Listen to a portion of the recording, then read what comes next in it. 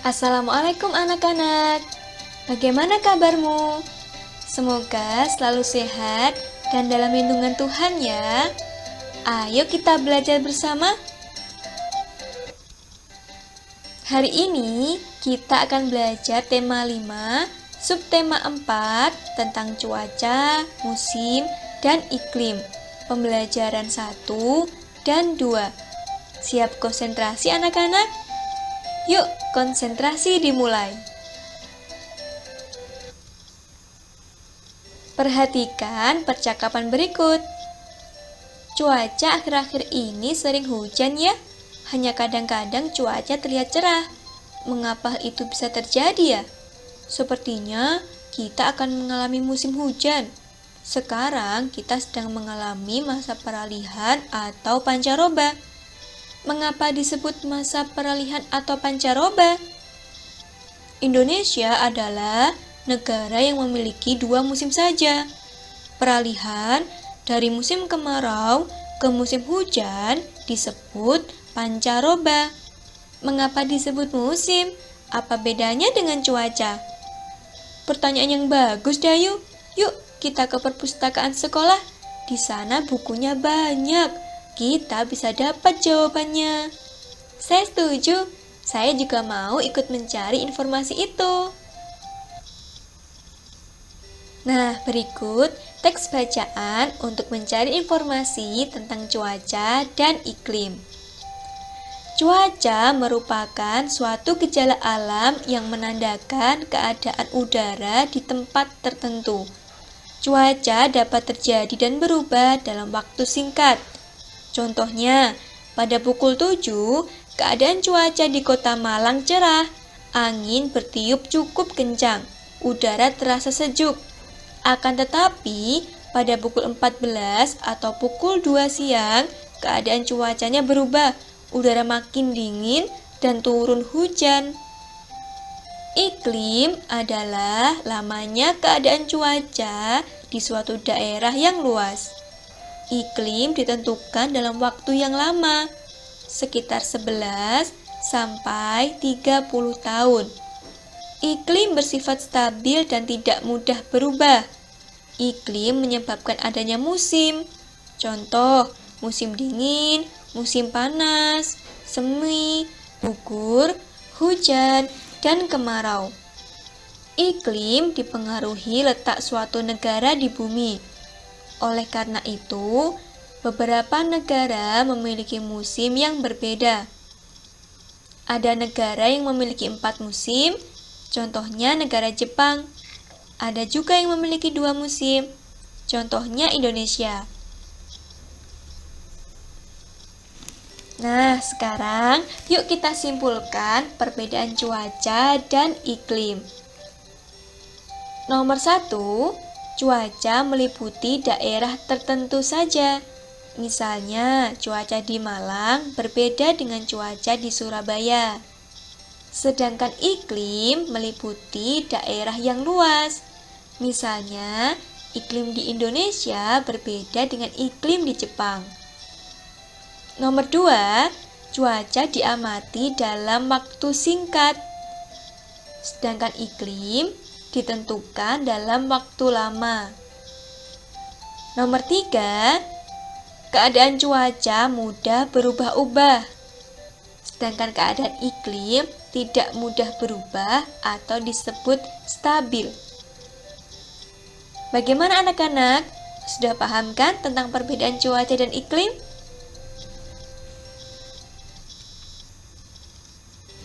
Nah, cuaca hujan dan berangin lebih sering terjadi di daerah Malang. Penduduk desa sedang bersiap-siap menghadapi musim hujan. Kepala desa meminta warga untuk berkumpul di balai desa pada pukul 8 pagi. Kepala desa pun memberikan pengumuman.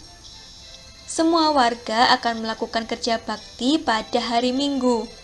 Kerja bakti dilakukan agar saat musim hujan tidak terjadi banjir di desa mereka. Ada beberapa pekerjaan yang bisa dilakukan saat kerja bakti, yaitu yang pertama, membersihkan saluran air dan bantaran sungai. Yang kedua, menebang cabang pohon yang lebat agar tidak tumbang. Dan yang ketiga, membersihkan sampah di jalan desa.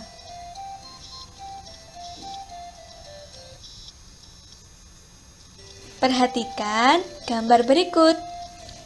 Setiap warga boleh memilih jenis kerja bakti yang sesuai. Ada yang menyapu dan membersihkan sampah di jalan desa.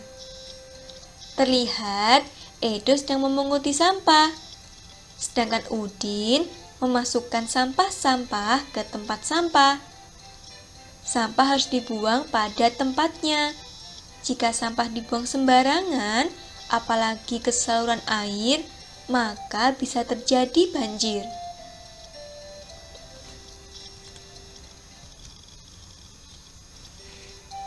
Kerja bakti pun telah selesai pukul 10 pagi. Nah, kepala desa juga menyampaikan pentingnya bersatu dalam keberagaman untuk kepentingan bersama. Dengan bersatu, ada beberapa hal yang menguntungkan bagi kita. Seperti nomor 1, kegiatan kerja bakti cepat selesai. Yang kedua, lingkungan menjadi lebih bersih dan penduduk desa dapat hidup sehat. Yang ketiga, semua penduduk desa terhindar dari bahaya banjir. Wah, banyak sekali anak-anak keuntungannya.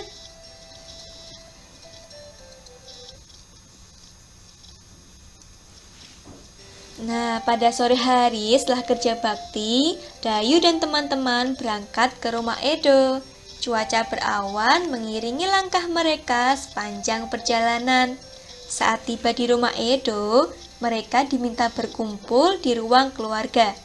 Edo menjelaskan bahwa 3 hari lagi teman ayahnya akan datang. Namanya Pak Tono. Pak Tono itu bekerja di BMKG. Anak-anak masih ingat kan kepanjangan dari BMKG? Pak Tono akan menjawab semua pertanyaan teman-teman Edo. Ibu Edo akan membuat kenang-kenangan untuk Pak Tono. Ibu Edo akan membuat karya kreasi dari kain. Edo dan teman-teman akan membantu ibu.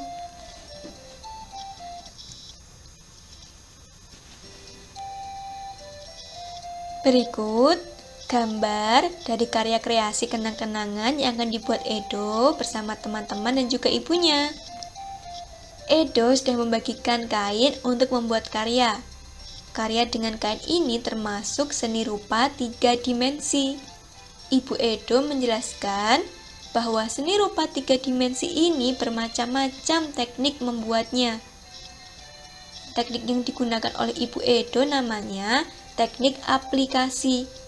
Teknik ini menggunakan teknik menempel dan menjahit. Mula-mula, Edo menggunting kain berbentuk lingkaran. Ia mengguntingnya menjadi 3 bagian sama besar. Edo memberikan bagian kain yang pertama untuk Siti.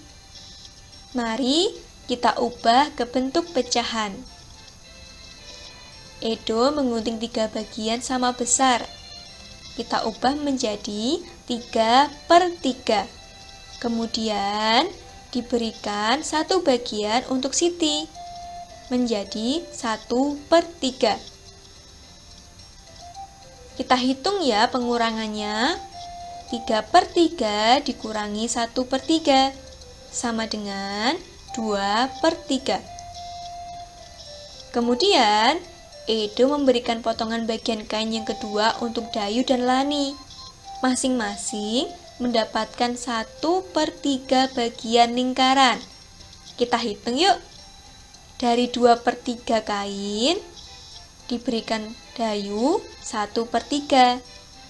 Jadi sisanya berapa? Sisanya 1/3.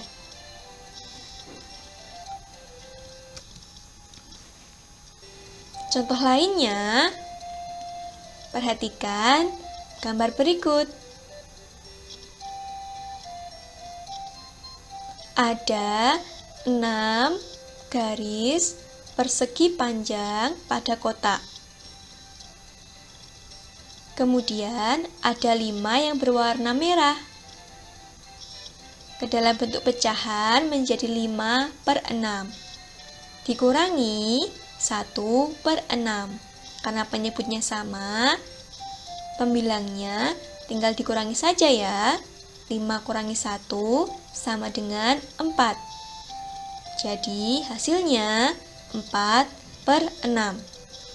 Nah anak-anak, jadi jika kita mengurangi pecahan berpenyebut sama, maka penyelesaiannya yaitu dengan mengurangi pembilangnya, sedangkan penyebutnya tetap. Sama halnya dengan penjumlahan pada penyebut pecahan yang sama pada pembelajaran kemarin. Mudah kan anak-anak?